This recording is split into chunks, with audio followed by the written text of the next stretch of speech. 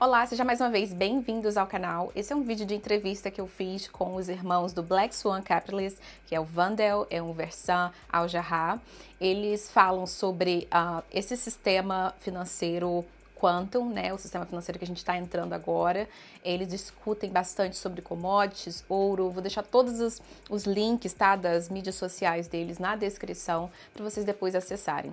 O vídeo está em inglês, porém você pode colocar a legenda ou então depois você pode traduzir em uma AI. Tá, pessoal? Então, vejo vocês no próximo vídeo. Espero que gostem. Até mais. Try it again. Yes. Can you hear me? There we go. Much better. Yes. Can you hear me? Yes, I do. All right. Hey, Nice to meet you. pleasure. Yes, yes. How are That's you? good. I'm good. Thank you. How about Yeah. you? Can't complain. I'm just so tired. I missed an appointment earlier. I missed another session that I forgot about. I mean, I Wow. am just so overwhelmed. I And can I can relate with that. yeah, so it's not just the research. It's like the research overwhelms you, but then running the business, the channel, the podcast. I'm doing 2 shows now every week. Wow. And Yeah. Thank you for accepting my invitation. So this is of very course, important for my Brazilian audience. They strive for more information, and most times we don't have the information like laid out to us the way like yeah, people who understands and speak English can understand, you know?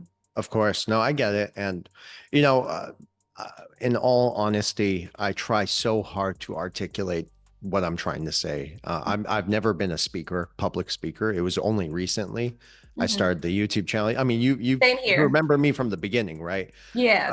I started very small. I didn't know what I was doing. I was scared. I was nervous. I was shy. But it's really turned around, and I think I'm improving. So that's really good news. Yeah, Yeah, just that's of how I awesome. can explain it to people. Yeah, and we learn as time goes, you know. So we are always evolving and always like finding new things and new skill sets. Hmm. That's Yeah, good. 100%. So, Yeah. yeah, we're welcome to start. Okay. He said that he might take a few more minutes, so it's entirely up Absolutely. to you, whatever works best. No Yeah. problem. So I sent you five questions, five main questions that we would be talking about in this conversation, and all regarding the new financial system. I know that you're into gold, you're into also wealth preservation, and this is a very important topic, especially nowadays. Yeah. So Yeah. um, I think they're great questions, by the way. Mhm. yeah, Yeah.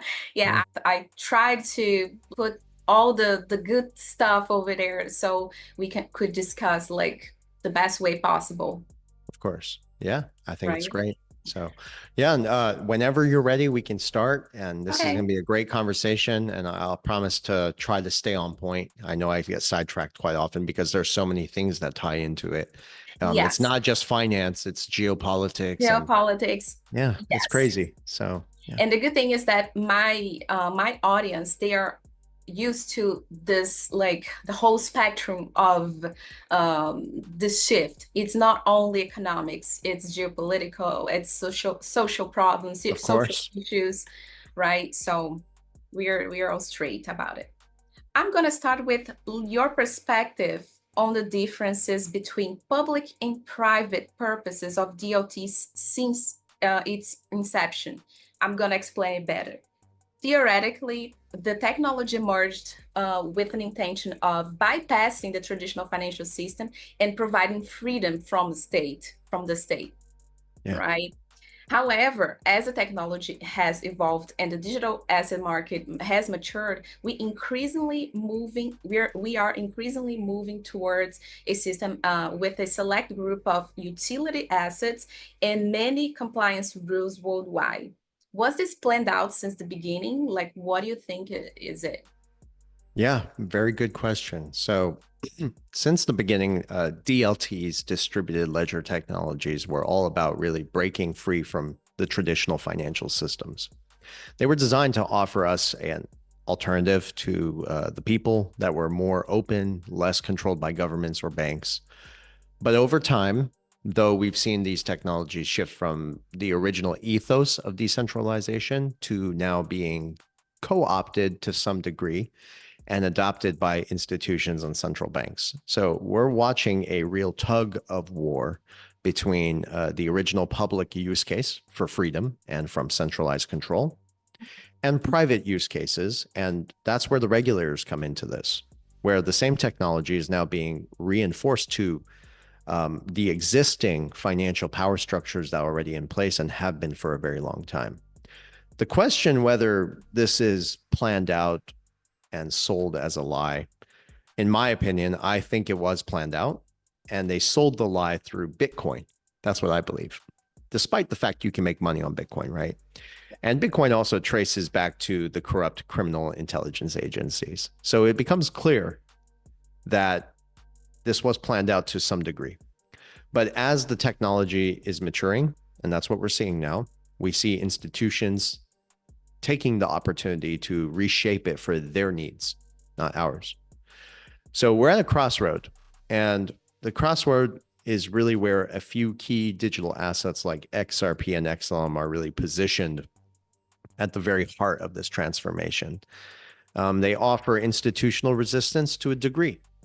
And I think this is why they're always attacking XRP while quietly adopting its technology. As it is also being used to navigate around the geopolitical constraints like the sanctions that we see from the Western states onto Russia and some of the other countries. So this is all about staying compliant with the new rules, but also having that freedom to transact outside of the US dollar. So there are also some institutions that will want privacy in their transactions. And you mentioned private ledgers and public ledgers.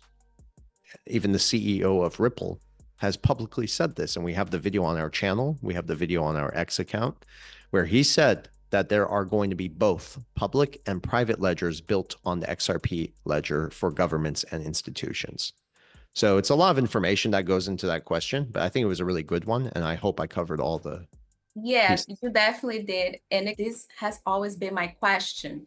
Either they knew since the beginning or they wrote the path as the technology was maturing. So, Sure. Yeah, no, I think it's a great question. I ask myself the same thing. It seems if you really, that's why I love history. If you go back into history, it looks like they did know that we would eventually end up at this place in time in history. They knew that the whole system would eventually collapse on itself.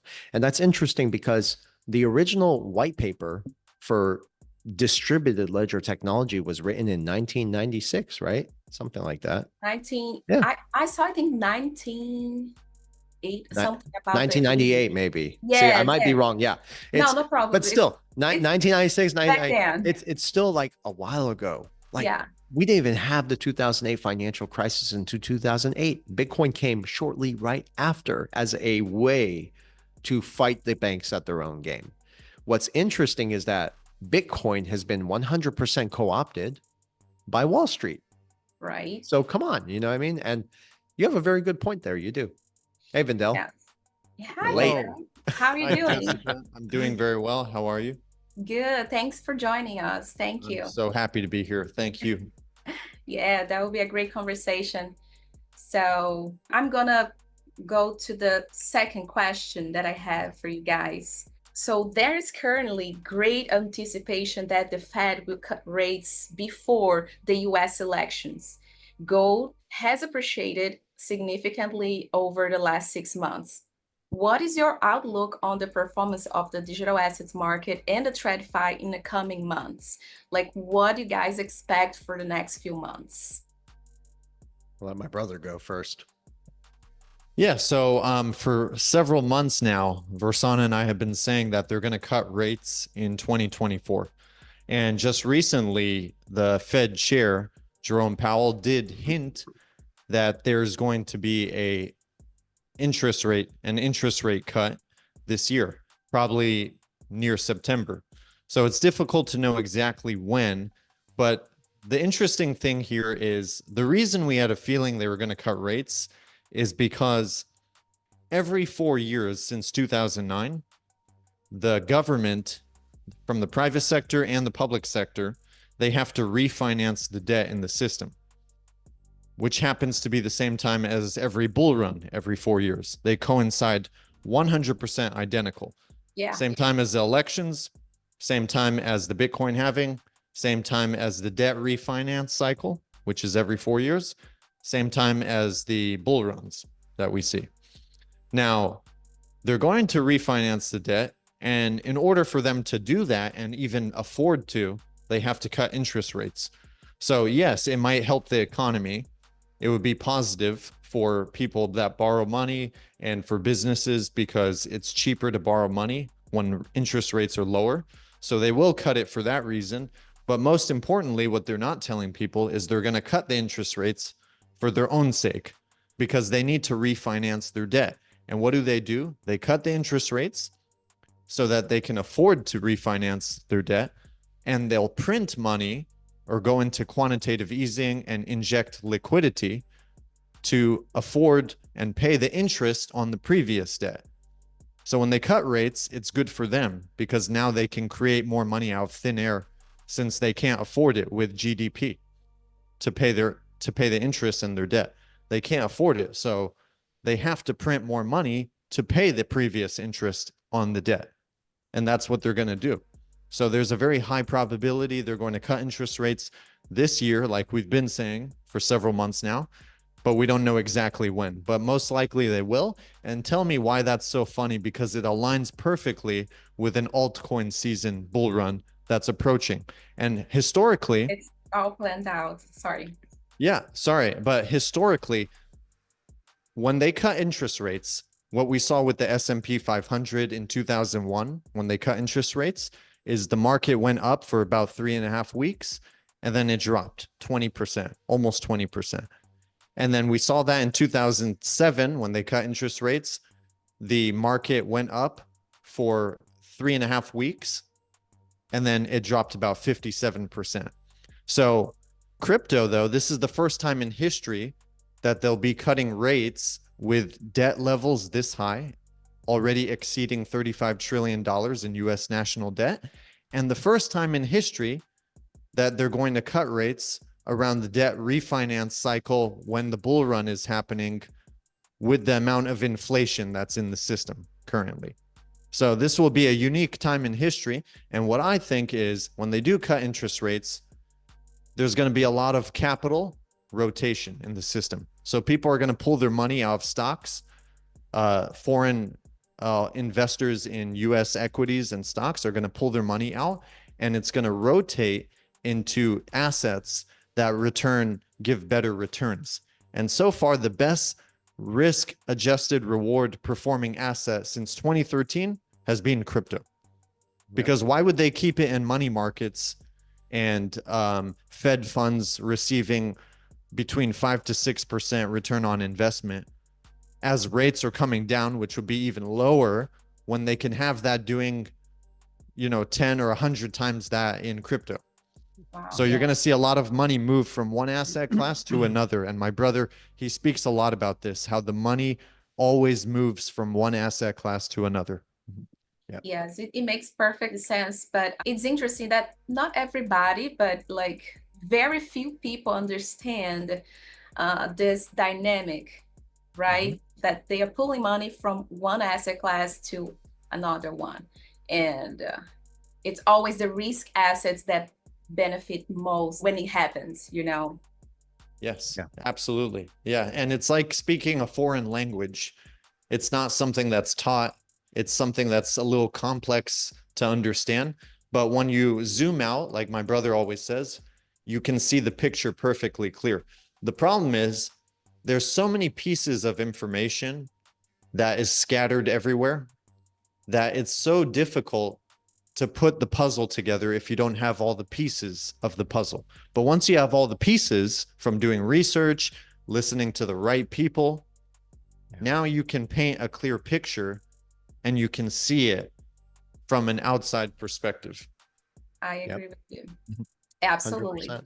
100%. Absolutely. Yeah, and that goes exactly where my third question that I have for you guys. Like, in your opinion, why is it still unclear to the masses what is being built concerning the Internet of Value, Internet? Why is this topic so neglected and misunderstood? Even among digital asset investors, there is a lack of education on the subject. Could this be a strategy by the elite to withhold the information until everything is ready and operational? It's a very good question. The Internet of Value, of what you called the Finternet, Yeah. it's under the radar for most people. It's under the radar for most investors, even with the crypto community. This isn't just about complexity. There's also a gap in, like you said, education and awareness. But the institutions and the major players in the space, they're not exactly going to broadcast their plans to the whole world. And for good reasons. It's, I think, because they want control. The less people know about this transition, the smoother the transition can be when these systems go live for the 1%. So it's no surprise that many investors are actually focused on short-term gains without understanding the bigger picture of how assets like XRP, like XLM, HBAR, Quant, these technologies are being integrated into the very backbone of the new financial system, of the new Internet of Value. And a lot of people out there that they think it's a conspiracy. It's not a conspiracy. This is all about good timing. Sorry, at this point, we are all crazy. Yes, yes. And you know, how many conspiracies have to be proven true for you to realize that there never was a conspiracy? It was always just criminal activity. Anyways. So yeah, they're just setting the stage for all these systems to go live. And I mean, you can look at the documents, you can look at the information, it's all out there. It's just they're not touting it. How come the whole world is adopting this technology, Ripple, their protocol, which leverages the digital asset XRP? And they've been repeatedly for years and years talking about these technologies being used in the new monetary system, yet the whole world touts Bitcoin. But you don't hear a peep from the institutions on it. It's because there's no narrative there. The only narrative is deceiving the people. So when all these systems are ready and the stage is being set, the narrative will shift, and it's going to shift very, very fast. And what's been quietly built in the background will suddenly seem inevitable and very rapid. And that's really my answer. But there's something I did want to touch on as well, as far as the interest rates, if I may. Of course. Is that okay? Absolutely. Yeah. So there's a lot of, my brother, everything he said, I totally agree with. But there's a lot of noise about the Fed possibly cutting rates ahead of the US election, which is certainly pushing investors, institutions to rethink their investment strategy moving forward. But what I'm telling my clients off record is that the markets have already priced in a rate cut. So the markets are reacting as if a rate cut has already happened. And that's important to note because I follow the money. See, I get my technical analysis directly from the central banks, not from these YouTubers who do TA like Gareth Soloway and many others.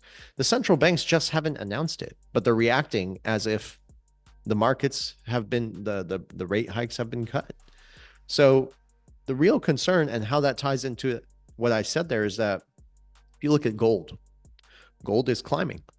And that shows that there's real concern about fiat stability and what might come next in the wake of a announced rate cut to the world. And this translates to more renewed focus on, like what my brother said, on assets that can serve as a hedge or alternative.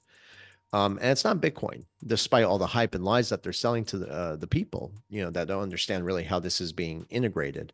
But I keep going back to XRP and XLM. They're well positioned by financial institutions and governments, making them likely to be good hedges. My brother and I, our strategy is very simple. We follow the 1%. We do exactly what they do. We mimic it, but we just do it on a smaller scale. So these assets are not. I'm with you guys. Yeah. We just mimic what they do, only slower and smaller, right? This is not speculation. This is about building the infrastructure that's connecting and bridging the traditional financial system with the emerging digital landscape. Now, what does this have to do with interest rates? As interest rates change, we're likely going to see more volatility, like he said. But we're also going to see more people lose money in these markets because of what my brother said. Also, they're not taking a good look at the macroeconomics, what's behind all of these changes. And then the positive thing for digital assets in the wake of a rate cut is that you're going to see more recognition on the role of digital assets that can play in a world that's searching for new financial solutions to stabilize these markets. All ties in together. So sorry for going on, but it's No important. problem. But that's very accurate, Very right? deep. I did a study as well about it. The pension funds and like retirement accounts, everything is going to go boo boo bananas Yep. because Say goodbye to traditional what's portfolios. happening right now is it's literally a transfer of wealth. So It is. the money's flowing from one place to another place. That's right. Right. Yeah. And, you know, we've seen this throughout history before. So Yeah. with every innovation and technological disruption in the world, whether it was coal and gas or the internet, technology companies, and even just the creation and adoption of automobiles and airplanes, throughout all these industrial revolutions in the past, there has been a wealth transfer and a more increased gap between the have-nots and the have-yachts. So it's something that has happened throughout history. And what we're seeing is, in my opinion, the last transformation and industrial revolution that we're going to see in our lifetime, at least. And this is a digital transformation, and the industrial revolution, the fourth one that we're living through right now, it's more than just blockchain and digital assets. It's robotics and artificial intelligence and more surveillance. That's the disruption taking place right now. And throughout this process, it's a wealth transfer. But in my opinion, this is going to be, as my brother always says, and we believe, and you probably do too, this will be one of the greatest wealth transfers in history.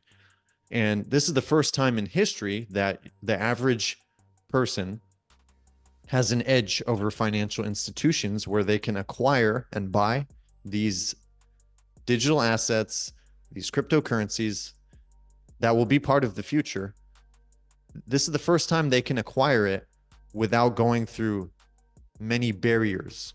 Absolutely. Like It's the never past. been that easy, you know, if you know the information, if you know, like if you put A plus B, you know where it's going. Yeah, So you know where C is.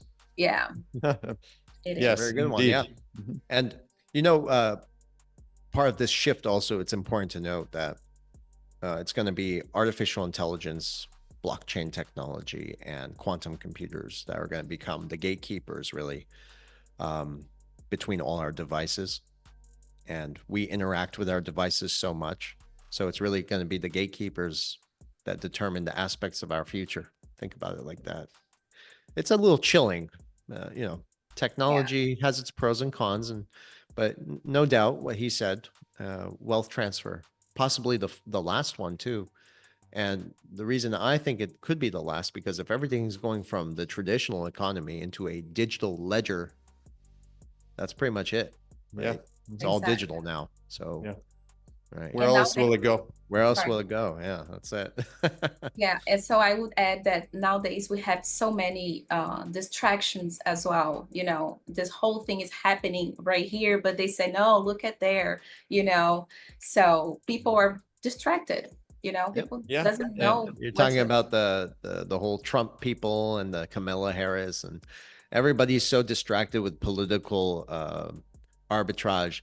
They're distracted with their jobs. They're distracted with inflation. They're distracted with societal breakdown, wokeism. And that distraction has been carefully orchestrated and meticulously planned and calculated to make sure people are not aware of the changes that are happening beneath. But as soon as they catch on to something taking place, there's always a new problem to keep your eyes off the ball.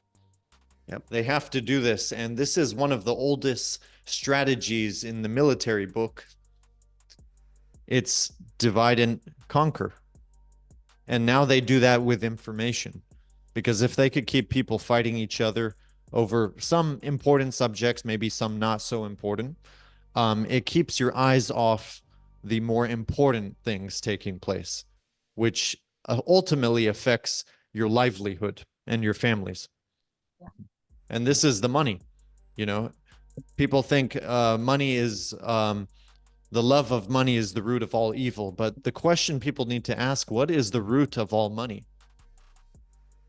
Evil. No. Yeah, and I guess Like the chicken or the egg. I was going to say something about the economics. Like money is at the base level of everything. Everything you need money flowing through. Yes. So Mhm. for example, the internet of value.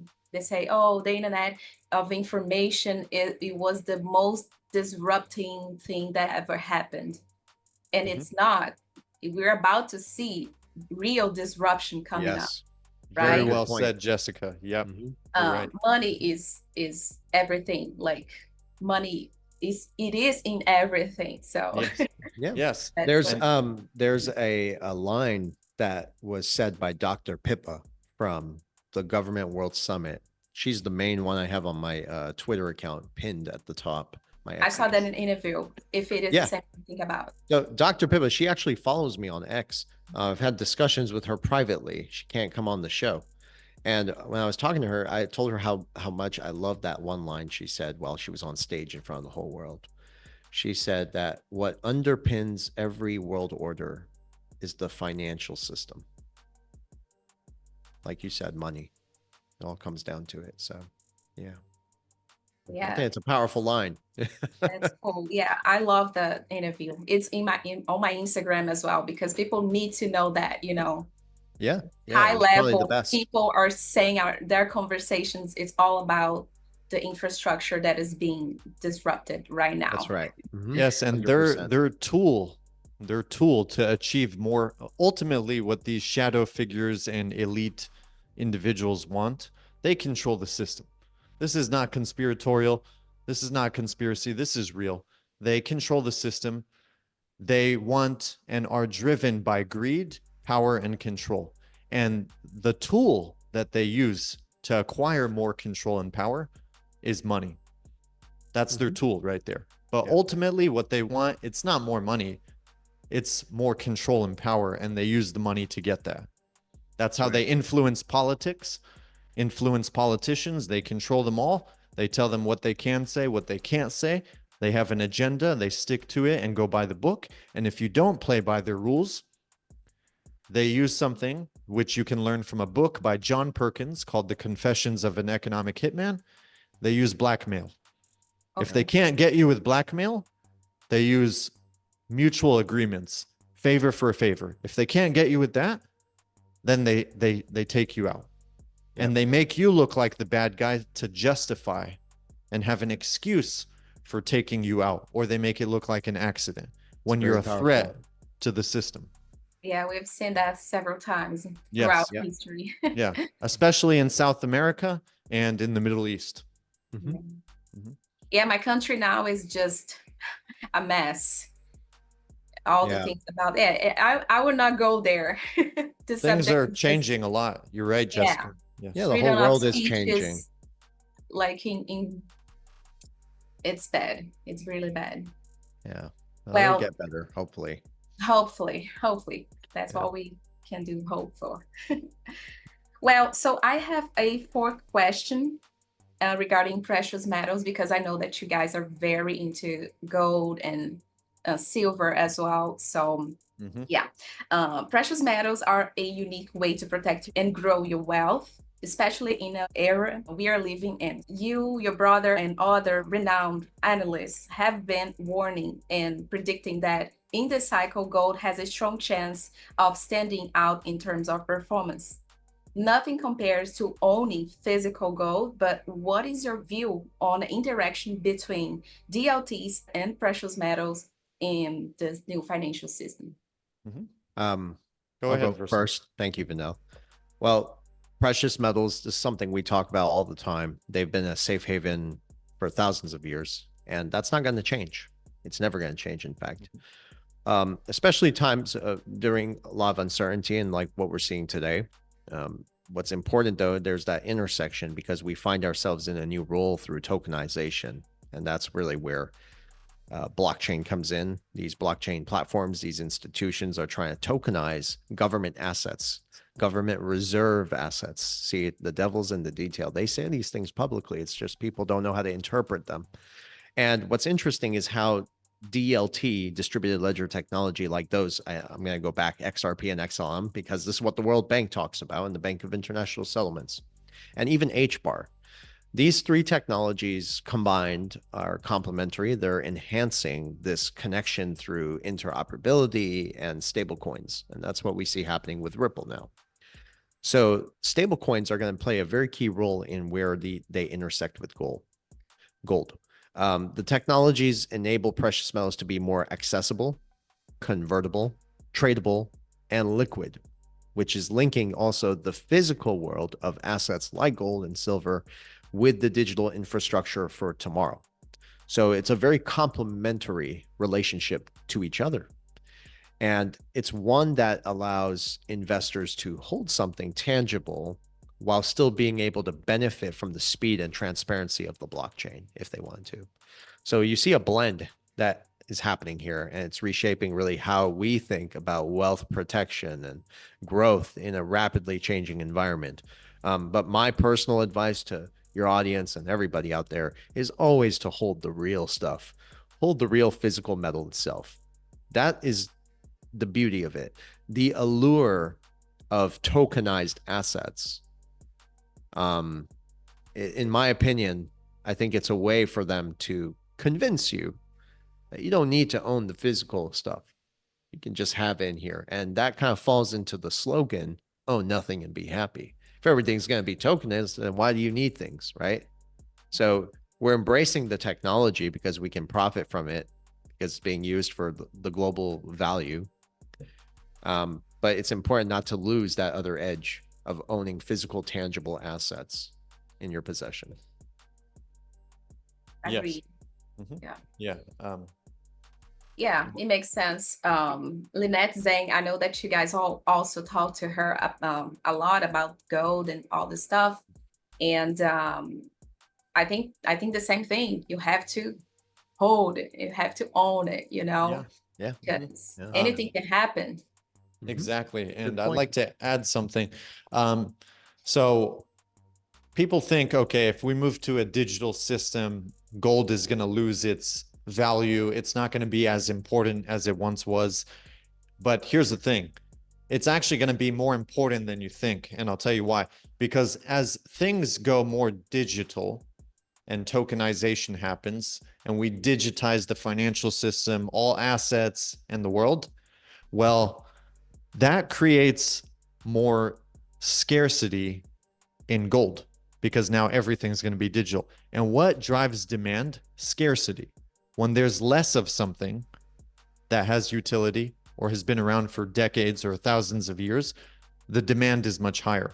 So it's interesting because in 1929, first of all, gold has been money for over 5,000 years. But in 1929, 10 kilograms of gold will buy you one home, a whole house in America. Fast forward to 2024, the same amount, 10 kilograms of gold. Guess what it will buy you in today? 2 homes. So do you see how gold has held its purchasing power and appreciated in value over time since 1929, all the way till today? Absolutely. And as they create more money out of thin air, call it injecting liquidity, quantitative easing, which they started in 2009, as they create more money, issue more debt, more spending, fiat currencies continue to buy you less. They're losing value. But as they continue doing that, the prices of gold only increase. And a lot of people have asked us, oh, well, what do you think about waiting for a correction or a crash? Well, our good friend Andy Sheckman had close relationships to the US Mint here in the United States. And during the 2008, 2009 financial crisis, there was a correction in gold. But here was the problem.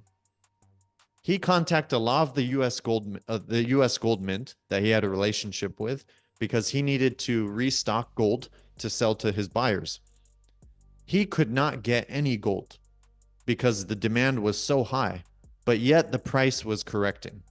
So if people think they're going to wait for a big crash or correction, you're taking a chance because the probability of you getting gold, because demand is so high during those times, but the price is not reflecting that because it's the central banks and the people like us that know what's going on and the insiders that are the ones buying gold, and it creates a demand shock.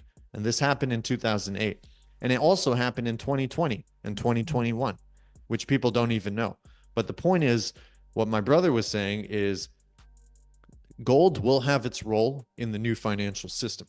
Why do you think since 2008, since the financial crash in America, since 2009, since 2010, central banks have been net buyers of gold, breaking record highs. So central banks, the ones who control the world, have been accumulating more gold than ever since 2010. And they're still accumulating gold till today. It's not because they're just fearful of the fiat currency system collapsing. They know it's going to collapse. They know what's going to happen. They know this was going to be the case since we went off the gold standard in 1971. That's right. They know that every time you print more money and inject liquidity into the system without having something to back that currency up, that will destroy the currency over time. And the currency, the fiat currency, the US dollar, has a life cycle. And we're getting closer to the end of its life cycle. How do you know that? Because in 2020, I used to buy strawberries and it costed me $1.36. Today, I'm paying almost $5. Tell me that's not more than 50% inflation. Yeah. Yeah. So gold is going to be a key component in the new financial system. And that's why they're accumulating gold. Because the most central banks, the central banks that have the most gold on their balance sheet and in their vaults are going to have a seat at the table. Yep. To make decisions. And they're going to be backed by a basket of commodities, the digital assets. They'll be backed by a basket of commodities. And some of them will probably even be backed or pegged to gold and precious metals so that we're not repackaging the old financial system. That's the whole point. We're going to a new financial system where the assets and the currencies have to be backed by something tangible, right? And if I can add a little flavor to what he said there is that gold is going to continue to appreciate as the dollar continues to decline in purchasing power. Mm-hmm. So it's riding the death of the dollar. The only reason the gold price is hanging around what it is right now, and hey, it broke record for the first time in history, but the reason it's still hanging around this area is because they keep printing money. They can keep playing their game, but that's coming to an end. And this goes back to the interest rate thing that we mentioned in the beginning. They have to keep playing these games back and forth, trying to finance their own debt, which is, they keep yelling to the world, it's unsustainable, but they keep trying to finance an unsustainable debt with more debt. And that is going to create so much pressure on the system that when it really comes into, when you really start to see this hit the mainstream news, it's going to be too late. But you're going to see them use in their arsenal the gold reevaluation. That has always been in the arsenal, and that's not a joke. We've spoken to many people off record on this and on record, but you can actually go research this stuff yourself. Well, Absolutely. Why did the Bank of International Settlements make gold a tier 1 asset class, which means zero risk? It used to be cash, bonds, and then gold. Now it's gold, bonds, and then cash. Right. Fiat. So you see the whole thing is flipped upside down. The whole reset they're preparing, and they are accumulating, and they come up on top when the system changes. That's you know. And I love what he said, my brother, is that the ones who have the most gold will have the largest seat at the table. And he's right about that. And one more thing I'd like to add is that the central bank, the Bank of International Settlements, which is the central bank of all central banks, has put the Basel III requirements out where it's mandatory a requirement by the Bank of International Settlements that central banks must hold significant gold reserves in their portfolio. Now, the ones that lack the physical gold reserves in that portfolio, they can hold XRP. And XRP is more like a digital gold. It's very akin to it. Yes. So And that's something that you'll start to see come into fruition more and more as the months carry on. and Jessica, Yeah. can I add one more thing? I just want to say Absolutely. Feel what free. Yeah, feel free. what they're doing right now is the system almost collapsed in 2008 from the financial crisis. So the Federal Reserve, the government bailed out the banks. They worked out some deals, government and Wall Street. They saved the banking system and the system from collapsing. They were very close to a real collapse, but they saved it. And they saved it with a tool they created called quantitative easing, where they can inject money into the system and issue debt. Now, interestingly, they have decided since that time they are going to inflate the heck out of this bubble. They're going to create as much debt and expand the bubble as much as they can and squeeze as much juice out of the bubble and this debt-based system until they can't. This is the plan. They want to squeeze as much out of it until we go to the next system. And that's why they're going to keep inflating it, driving asset prices high, stocks, gold, precious metals, crypto, as much as they can before it crashes, because they know this is it. This is the last string. That's right. And then they're going to have a solution for the new problem that they already created. And that's going to be the digitization, tokenization of everything, which will probably start with enough pain to get people wanting a solution. Get them on board. Yeah, the CBDCs, people gonna implore for it. People gonna beg for it, If you can't put food on your table and you have 3 kids and you need to pay your rent or something, yes, you would say, government, please give me whatever app I need. I'll do it, because that's the plan. That's the plan. The C-19 pandemic, yes, they started trying to put people wanting a solution. Yes, people used to the stimulus check and exactly. This was the first test run of a basic line of CBDC. Stay at home, don't produce anything in the economy, do nothing, and we'll send you a check. Let's see how this plays out. And guess what? It played out very well because everybody was fine with sitting at home taking a free check. But that created more inflation in the economy. Yeah, and for people like us, we don't want that. There are freedom fighters out there, real capitalists. They don't want this. Okay, this is how they sell you convenience in exchange for a little bit more of your humanity, and that's what they're doing here. If they can now introduce AI, central bank digital currencies, there's no more human creativity. There's no more human output, and you're seeing less and less of that already. So that's the narrative. They're trying to sell you convenience. Slavery, modern slavery. That's correct. Yes. And that they can make it look all fine. And, they'll maybe even make a situation where the trade-off, right, is you can be wealthy in digital money, but it doesn't mean anything. You're still being poisoned. You don't, I mean, I can go on forever. Yeah. Look at the world we live in. It's so broken. This even ties us into the larger issue at hand, the societal breakdown and collapse of civilization. Divide and conquer, like you said. So absolutely. Well, guys, so I am very happy to have you on my channel. Thank you for accepting my invitation.